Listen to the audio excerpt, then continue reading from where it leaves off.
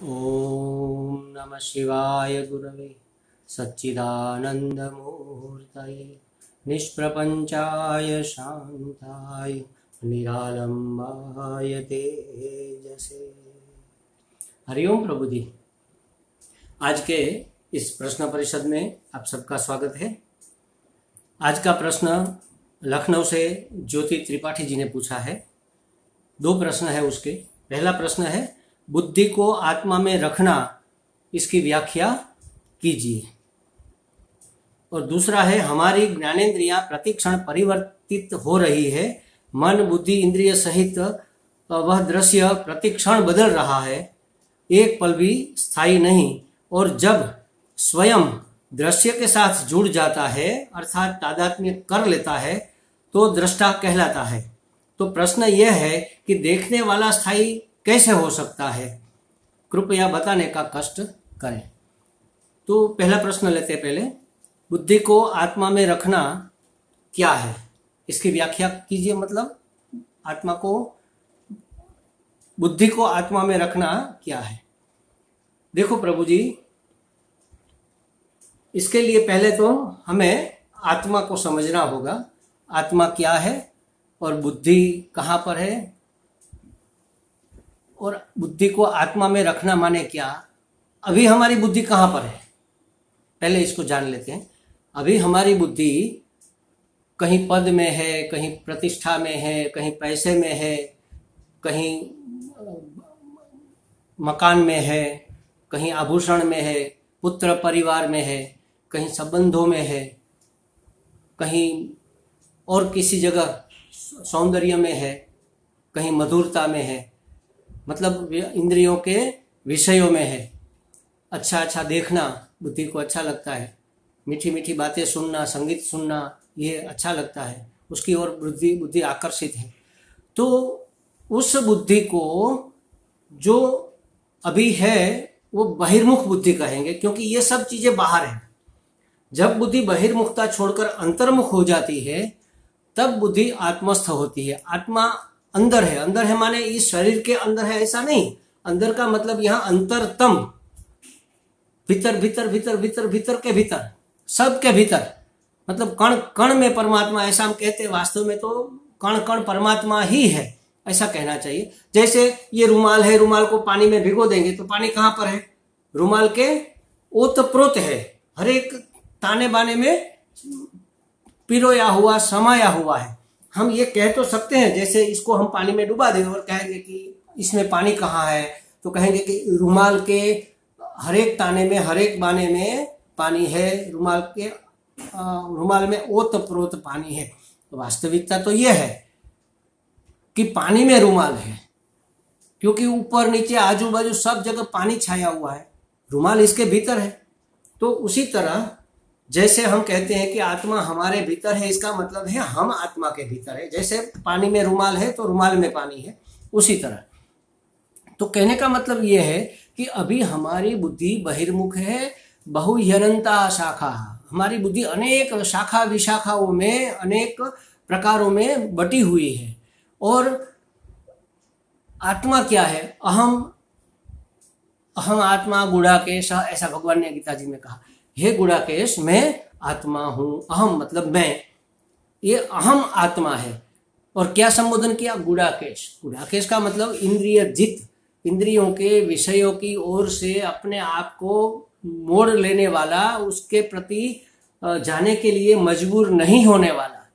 वो जब चाहे तब खाए, जब चाहे तब सोए, जब चाहे तब देखे, जब चाहे तब सुने। आज हमारी दशा ये नहीं है। हमें हमारी इंद्रियां खींच कर ले जाती है। देखो देखो देखो, ये सुनो, ये सुनो, ये चख लो। जैसे बहनें, भाई बहन जो भी है, रसोई बनाते हैं तो एकादशी है और बाकी सबकी एकादशी नहीं है, तो मटर छिल रहे हैं, मटर आलू पनीर या कुछ मटर वाला कुछ सब्जी बनानी है। तो ऐसे बनाते बनाते सोच कहीं और है, काम कहीं और है, ऐसे ही दाना उठाकर मुंह में डाल दिया, चबा लिया, फिर याद आया, थू थू थू, आज तो एकादशी है। तो हमारी रसनेंद्रियों ने हमें खींचकर वो भोग की ओर ले गई, हमें उसमें डाल दिया। तो आज हमारी बुद्धि इंद्रियों में है, इंद्रियां विषयों में है, विषय भोग के लिए है। तो विषय भोग में हमारी बुद्धि रत है। कुछ भी हमें भोगना है, बस दृश्य को भोगना है, श्राव्य को भोगना है, स्पर्श को भोगना है, जो सुगंध है उसको भोगना है, जो स्वाद है उसको भोगना है। बहिर्मुख है बुद्धि। उस बुद्धि को आत्मस्थ करना मतलब मैं, एक मैं, बाकी सब अहम, एक अहम बाकी सब इदम। अहम एक ही है और इदम बाकी सब, जो कुछ भी दिखता है, जो भी दृश्यमान है, सब इदम है। तो इदम से जब बुद्धि बहु शाखाओं में बटी हुई बुद्धि जब एकत्रित हो जाएगी तब अहम में आएगी। अहम एक ही है, इसका मतलब एक है बुद्धि को एकाग्र करो। ऐसा जब कहते हैं तो इसका मतलब यही है कि बुद्धि को आत्मा में स्थिर करो। एकाग्र का मतलब क्या हुआ? एक के अग्र बुद्धि होनी चाहिए, एक में ही लीन होनी। एक तो परमात्मा ही है, आत्मा ही है, और कुछ है नहीं, मैं ही है। तो मैं में बुद्धि को जमाना, आत्मा में बुद्धि को स्थिर करना, उसी को कहते हैं बुद्धि आत्मा में रखना। मतलब कि हमारी बुद्धि विषयों के पीछे, विषयों के भोग संग्रह के पीछे न दौड़े। आज हमारी बुद्धि क्या करती है? हर एक भोग को कैसे भोगा जाए, और भोगने में सुख दिखता है तो उस भोग को संग्रह कैसे किया जाए। खाने की चीजें, पहनने की चीजें, ओढ़ने की चीजें। कल ही मैं सुन रहा था किसी के पास टीवी में कोई न्यूज आ रहा था, 300 जोड़ी जूते। क्या करना, 2 पांव है और 300 जोड़ी मतलब 600 जूते। क्या करेंगे? ये भोग है, भोग का संग्रह है। हमें जूते, अच्छे अच्छे जूते पहनने का शौक है। शौक मतलब भोग ही, और क्या, भोगने का शौक है। अच्छी अच्छी चीजें हम खाना भी कितना नेचुरल कॉस्ट में खाते ही नहीं ना, उसको विकृत करके खाते हैं। करेला अगर करेले की तरह खाओ तब तो ठीक है, लेकिन उसका स्वाद हमें कहाँ अच्छा लगता है। तो करेले को हम जला बुझा कर इतना सूखा रुखा कर देंगे, इसका तामस बना देंगे, फिर खाएंगे। तो नेचुरल उसमें जो स्वाद है वो तो हमें नहीं मिलेगा। चाहे कड़वा पसंद नहीं है, मीठा पसंद हो, समझ लो भाजी है, समझ लो भाजी कितनी नमकीन होती है, उसमें भी हम नमक डालते, पहले जला बुझा कर उसको बिगाड़ देते हैं, फिर उसको बघार कर, ये सब करके। कहने का मतलब ये है कि हम भोग संग्रह में लगे हुई हमारी बुद्धि को अपनी आत्मा में हमें स्थिर करना चाहिए, स्वस्थ करना चाहिए, तभी हम स्वस्थ कहलाएंगे। तब तक हम स्वस्थ नहीं, अस्वस्थ है, मतलब रोगी है, ये सुख भोग के रोगी है, भव रोग के रोगी है। कुछ ना कुछ हमें बनना है ना। क्यों बनना है? पद क्यों हमें चाहिए? क्योंकि पद का हमें भोग करना है, हर एक चीज। और भोग में हमारे स्वामी जी महाराज कहते हैं, शास्त्र भी कहता है कि कोई भी भोग हिंसा के बगैर हो नहीं सकता। कोई भी भोग ले लो आप, उसमें हिंसा रहेगी। किसी व्यक्ति के संबंध का आप भोग करते हो, संबंध का उपयोग करते हो, तो उसमें भी उसकी हिंसा है। कोई भी भोग करो उसमें हिंसा समाई हुई है, और अहिंसा के बिना उद्धार नहीं है। मतलब स्वस्थ हुए बिना बीमारी से हमें बचना चाहिए, स्वस्थ हुए बिना हमारा बेड़ा पार होने वाला नहीं है। तो बुद्धि को आत्मा में रखना माने एक में अग्र करना, एकाग्र करना, स्व में स्थित करना, पर में से हटाकर, पर से हट, स्व में, पर से खस, गुजरात में खस कहते हैं, पर से हट, स्व में वश, बस इतना, बस इतना ही कर लो, बेड़ा पार हो जाएगा। दूसरा प्रश्न है, हमारी इंद्रियां प्रतिक्षण परिवर्तनशील है। हाँ बिल्कुल है, कभी देखती है, कभी नहीं देखती है, कभी ये देखती है, कभी वो देखती है, एक जगह टिकती नहीं। खाने की, सूंघने की, स्पर्श करने की, श्रवण करने की, सभी इंद्रियां मन बुद्धि सहित सब परिवर्तनशील है। और ये जब दृश्य में एकाग्र हो जाती है, दृश्य में एकाकार हो जाती है, उसमें तादात्म्य कर लेती है, जुड़ जाती है, तब दृश्य हमें दिखता है। जैसे कि हमारी आंखों ने फूल देखा, तो फूल से हमारी चक्षुर इंद्रिया जब तक तदाकार नहीं होगी, तदाकार होने का मतलब क्या है कि चक्षुर इंद्रियों के साथ मन भी रहा हो, उसके साथ मन भी जुड़ा हो। चक्षु के पीछे अगर मन नहीं है तो तद आकार की वृत्ति हमारी नहीं होगी। तदाकार का मतलब है तत् आकार की वृत्ति। घट को देखा, घटाकार वृत्ति हो गई, पुष्प को देखा, पुष्पाकार वृत्ति हो गई। वृत्ति होती है मन में, तो इंद्रियों के साथ मन है, तभी ये इंद्रिया तदाकार हो सकती है, तभी किसी भी विषय का विषयीकरण कर सकती है, मतलब देख सकती है, उसको जान सकती है, उसका भोग कर सकती है। तो इंद्रियां जब किसी भी दृश्य को देखती है, कब देखती है? जब तदाकार होती है तब देखती है। और तदाकार होती है तब दृश्य दिखता है, तो दिखने वाला दृष्टा कहलाता है। तो दृष्टा और दृश्य जब परिवर्तनशील है तो देखने वाला दृष्टा स्थायी कैसे रहेगा। यहां एक गलती हम ये कर रहे हैं कि तदाकार दृष्टा नहीं होता, तदाकार मन होता है। मन माने मन की वृत्तियां, वृत्तियों के रूप में ही तो मन रहा हुआ है। हर एक वृत्ति का संग्रह, उसी को कहते हैं मन। वृत्तियों का बंडल, उसको कहते हैं मन।